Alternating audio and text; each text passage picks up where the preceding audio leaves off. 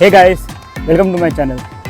अगर आप थाईलैंड जाने का प्लान बना रहे हो तो दिमाग में एक सवाल तो ज़रूर आएगा, भाई थाईलैंड का वीज़ा कैसे मिलेगा और उसका प्रोसेस क्या होता है। वेल, इस वीडियो में मैं आपको वही बताने वाला हूँ। तो साल 2025 में 1 जनवरी से एक नया रूल लागू होने वाला है ई वीज़ा के लिए।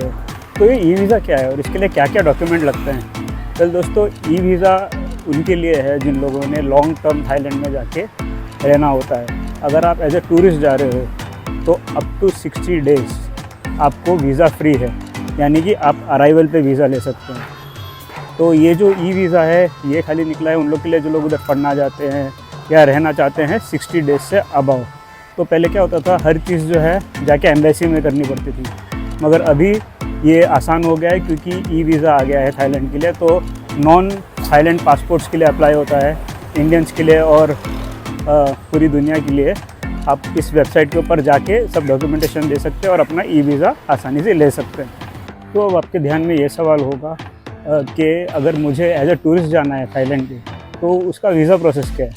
भाई वीज़ा प्रोसेस बहुत सिंपल है, कुछ डॉक्यूमेंट्स आपको उन्हें दिखाने पड़ते हैं, वो मैं आपको अभी बताता हूँ। तो सबसे पहली रिक्वायरमेंट है कि भाई आपके पास राउंड ट्रिप टिकट होनी चाहिए आपकी कंट्री से थाईलैंड तक। सेकंड रिक्वायरमेंट है कि भाई आपका अकोमोडेशन बुक होना चाहिए जितने दिन के लिए आप आ रहे हो यहाँ पे, और ये अप्लाई होता है 60 डेज़ तक। तो अगर आप हफ्ते के लिए जा रहे हो तो आपका जो रिटर्न फ़्लाइट है वो हफ्ते बाद होना चाहिए, और अगर आप 15 दिन के बाद रिटर्न आ रहे हो तो आपकी फ़्लाइट जो है 15 दिन के बाद की होनी चाहिए। किसी भी कंट्री को टूरिस्ट से प्रॉब्लम नहीं होती है, उनको प्रॉब्लम होती है इलीगल इमिग्रेंट से।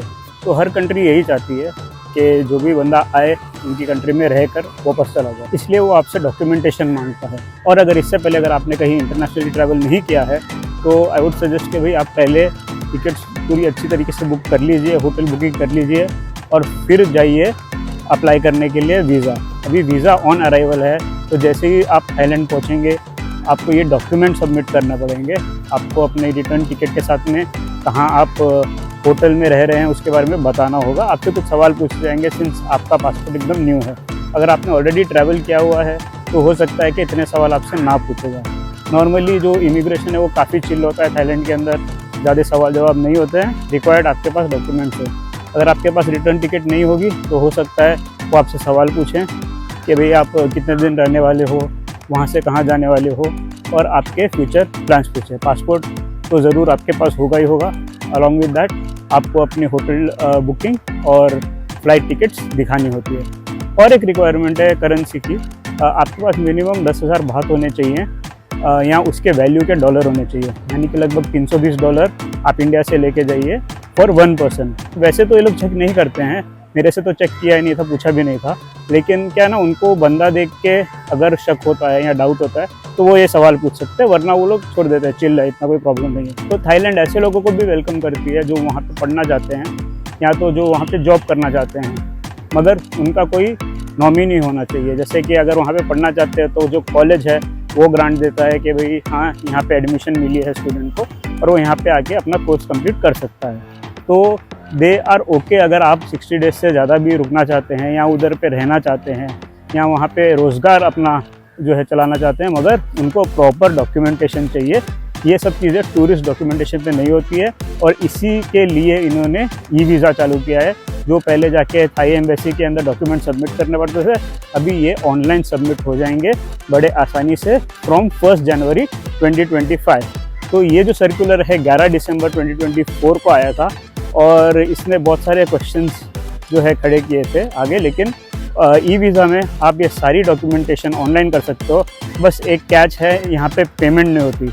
अब पेमेंट क्यों नहीं होती है ये तो थोड़े टाइम बाद ही पता चलेगा। आपको नॉर्मली कॉल करके एम्बेसी बताएगी कि पेमेंट कहाँ करनी है, कैसे करनी है, और इस चीज़ से खाली डॉक्यूमेंट सबमिट करना आसान हुआ है, इससे पेमेंट नहीं हो सकती। तो अभी तक पता नहीं कि एक पेमेंट गेटवे लगाने में क्या प्रॉब्लम थी, लेकिन हो सकता है कुछ प्रोसेस हो। तो आपको थाई एम्बेसी से कॉल आएगा कि पेमेंट कैसी करनी है उसके लिए। जब आप एयरपोर्ट पहुंचते हैं तब आपसे कुछ डॉक्यूमेंटेशन लिए जाते हैं और साथ में एक फॉर्म भरा जाता है बेसिक इन्फॉर्मेशन का, आपका पासपोर्ट नंबर, आप कहाँ रहते हो, कहाँ जा रहे हो, फ़्लाइट टिकट्स, तो ये सारे इन्फॉर्मेशन लेते हैं उसके ऊपर। उसके बाद थाईलैंड पहुंचते ही आपको एप्लीकेशन एक सबमिट करना पड़ता है वीज़ा ऑन अराइवल के लिए। उसके अंदर आपको सारी जो अपनी इंफॉर्मेशन है इंक्लूडिंग फ़ोटोग्राफ वो ऐड करनी पड़ती है। तो आइए स्टेप बाय स्टेप जानते हैं कि हमें इसमें क्या क्या इंफॉर्मेशन ऐड करनी है। तो एप्लीकेशन फॉर्म में सबसे पहले आपको मेंशन करना है कि आप मिस्टर है, मिसेज़ है या मिस है, और उसके बाद में आपको ब्लॉक लेटर्स में लिखना है अपना फैमिली नेम और फर्स्ट नेम। यहाँ पे मैंने पुष्पराज को थाईलैंड भेजने की कोशिश की है, तो Pushpa is the first name and Raj is the family name. Middle name जो भी होगा आपको वो डालना है।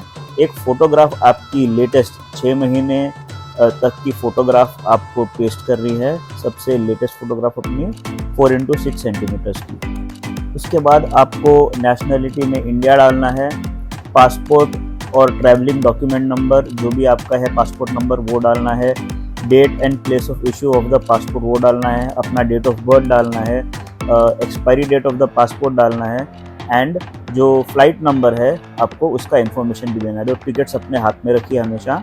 अपना ऑक्यूपेशन लिखना है, परमानेंट एड्रेस लिखना है, थाईलैंड में जो होटल बुक किया है या जो भी अकोमोडेशन है उसका एड्रेस लिखना है, एंड अगर आपको कोई रेफरेंस के थ्रू थाईलैंड बुलाया गया तो वो लिखिए, नहीं तो आप उसको ब्लैंक भी छोड़ सकते हैं क्योंकि आप टूरिज्म के लिए आए। अगर आपके साथ में कोई बच्चा आपके ही पासपोर्ट पर ट्रैवल कर रहा है तो उनके इन्फॉर्मेशन भी जो है उधर लिखिए, और साइन करना मत भूलिएगा, और अपना डेट ऑफ अराइवल ज़रूर लिखिएगा।